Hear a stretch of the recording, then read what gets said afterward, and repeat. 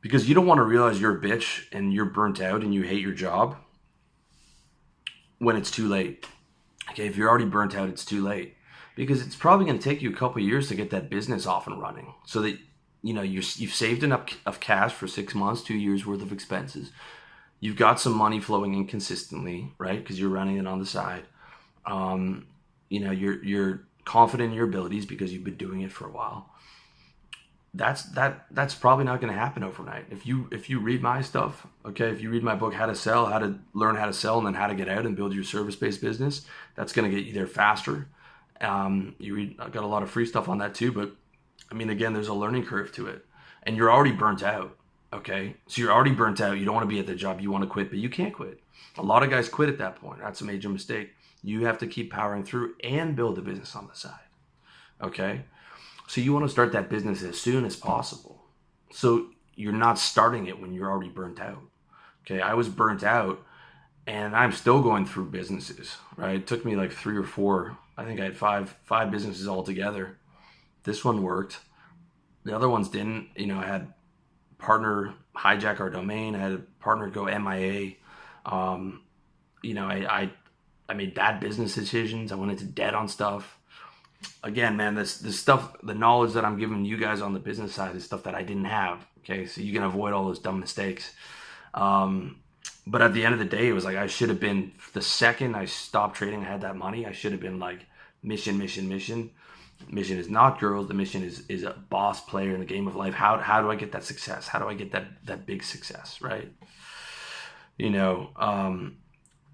Because when I was trading, it was like, I'm going to be really good at trading, and I'm going to become a hedge fund manager, right?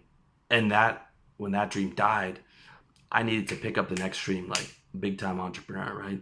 You need that big vision, that boss player vision, that just allows you to power through every obstacle. Okay, it lets you power through every obstacle because you know that greatness is coming, and that freedom is coming. That ability to, do what you want in your life and be fulfilled is coming, and you don't have anything to lose because, I mean, what do you have to lose? A job that you don't like, right? When you realize that, so.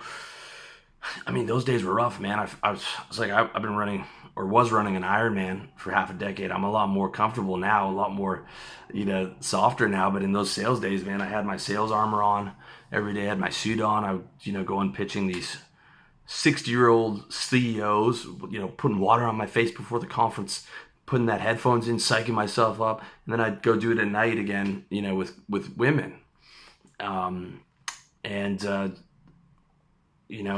then with the businesses on the side.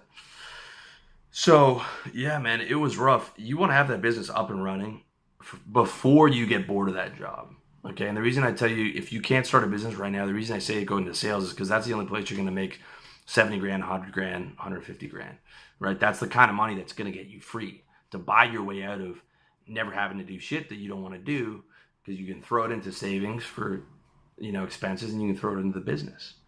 So, you have to have that mentality, and more than that, it's about the self-esteem, okay? When all your self-esteem is built on being a pretty playboy, some dumb 20-year-old girl can just take that away from you instantly, right? Just by not liking you. She rejects you like, I guess I'm not as handsome as I thought. Or, you're struggling with your online dating that week, or you're struggling with, the girls you're picking up, or whatever it is. You're like, well, I guess I'm not that guy. Like, it's dependent on someone else's subjectivity, right? It's dependent on the subjectivity of whatever particular girl you're dealing with right now. And she just might not like your type, right? So your self-esteem is built on a sandcastle, basically. But when you're a boss player, your self-esteem is built on like objective metrics, right? You're stylish, you're fit, you're successful, you have actual money in the bank, you have an actual business, you are in charge of your own life, you're in charge of your own revenue, you can travel. That can't be taken away from you, right? Some girl can think you're not handsome, but it's that boss player in the game of life can't be taken away from you.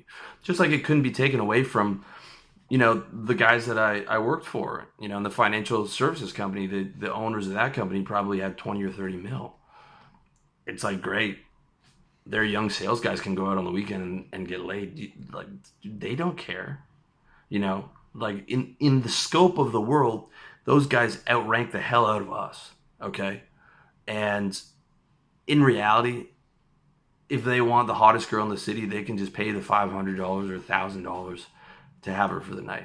Okay, that's which a lot of wealthy guys do. I don't know if you guys know that, but that's you know, that's part of the game. So, like, I mean, we were kidding ourselves. You know, we thought we were studs. It's like, dude, what? Because you can go out to a club and like take a, you know, a 6.5 or a 7 home for some sloppy condom sex.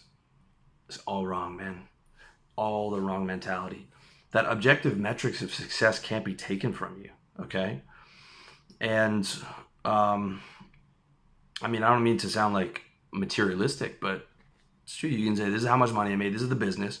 But even more than that, it's fitness, style, swagger, success, your intelligence, your business acumen, and also your ethics and having a good heart, your looks, your ability to get women. So all those things. So if like your game's not going well, it's not a big deal because you're so much more than that. Like if one particular girl doesn't like you, I remember it'd have to be like the girls in my office, like who I wasn't even interested in, had to like me because my self-esteem was built on that. Well, if I'm this pretty boy player, then you know, everyone around me has to be able to see that, or it's not real. As opposed to you know, like objective metrics, right? Where you're a boss, where you actually are doing it. Or if you're not there, you're a boss in training, like this is what I'm going to be, you know, achieving. This is the success that I'm going to have, you know, and all these multiple levels of self-esteem. Okay. Like diversify your self-esteem. You know how they tell you to diversify your assets, diversify your self-esteem. So if one area is not tweaking particularly or not working particularly well, you have all these other areas to generate state from. Okay. And with the ultimate meta frame, the meta self-esteem frame of success, of just, and it's even more than success. It's just like you're a boss. Do you know how some guys, perfect example, dude, Rick Ross, right? That guy's obese, but he walks like he's got the jewelry, he's got the swag, he's got the clothes, he's got the looks, he's got the attitude, he has the voice. And like, let's say you didn't even know he was a famous rapper, but that dude walks in the room, you're like, that's presence. That dude's a boss, right? What does he say on every song? I'm a boss, right? He knows he's never going to be the pretty boy, okay? But he's a boss. He's getting more girls than every one of those pickup artists, okay? I get it. It's from, you know, a lot of that's from rap and success, but that's what I'm saying. Like, actual real world success. And have that attitude of just, even if he didn't have all that success, walking around with that attitude of being a boss is what it's about, man. You're just playing to win the game of life, right? You know, more than just the girl things is just a little piece, man. And if you're caught up on girls as priority number one, you're building your empire on a sandcastle. Okay, like girls come and go. You know, some girls like you, some girls won't. It's like, dude, how's that going to pay your rent, though? How's that going to get you to live in this castle in the sky? How's that going to get you to handle all your expenses? How's that going to get you to be able to take care of your mom and your family when you get older? You know, how's that going to get you to touch a bunch of people's lives and help them and you know, create something of value, create some type of legacy, right? It's not, dude. It's not going to do that at all. So a lot of guys have their priorities backwards, man. When I see all these pickup guys and these dating guys, you know, giving all this kind of advice and like going out every night, that's backwards, dude. That's ass backwards, okay? Because they're 23, right? They're still young. They don't see what's going to happen from doing that, or at least to their guys, they might actually get rich from it. You know, while you guys spend all your time picking up, they get rich from all those boot camps that you're going to. But that's a different story. So, I mean, you want to be able to create a legacy. Okay. You want to have diversified self-esteem with the meta frame of being a boss player. What you do as a man, your mission, your greatness, your legacy, your character. Okay. When you've made it, you can point to that. you can point to that to your family or friends or other people, and it's like, don't pretend that you don't want other people's approval, man. That's what I mean. Every person is like, if you're a complete outcast and you're shunned and you're disrespected by everybody, I mean, nobody wants that. Okay, you can't point, hey, mom and dad, look at all these girls I banged, right? Like, look at this sandcastle I built that's going to get swept away by the tide. As opposed to, oh, instead, I actually built this business and I'm successful. And when you get older, I can take good care of you. And if I choose to have kids, we're going to be wealthy.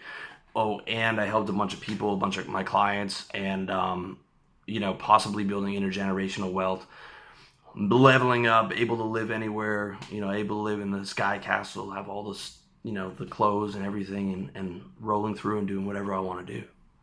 Right? You can point to that. Okay? Society does not venerate the pickup artists. Okay? Who are Bill Gates, Mark Cuban, right? These are the guys on TV. Not the guy who can go to the club and get a 7 1 out of 3 nights. Okay? Is ass backwards. Not that there's anything wrong with picking up girls and getting laid. Okay? I got a lot of stuff on that too. By all means do it, but like, do it once 1 night a week or 2 nights a week. You can still get the same benefits, man. Or just get a girlfriend, or just have a couple of girls on rotation that you see. I mean, it's the same deal, okay?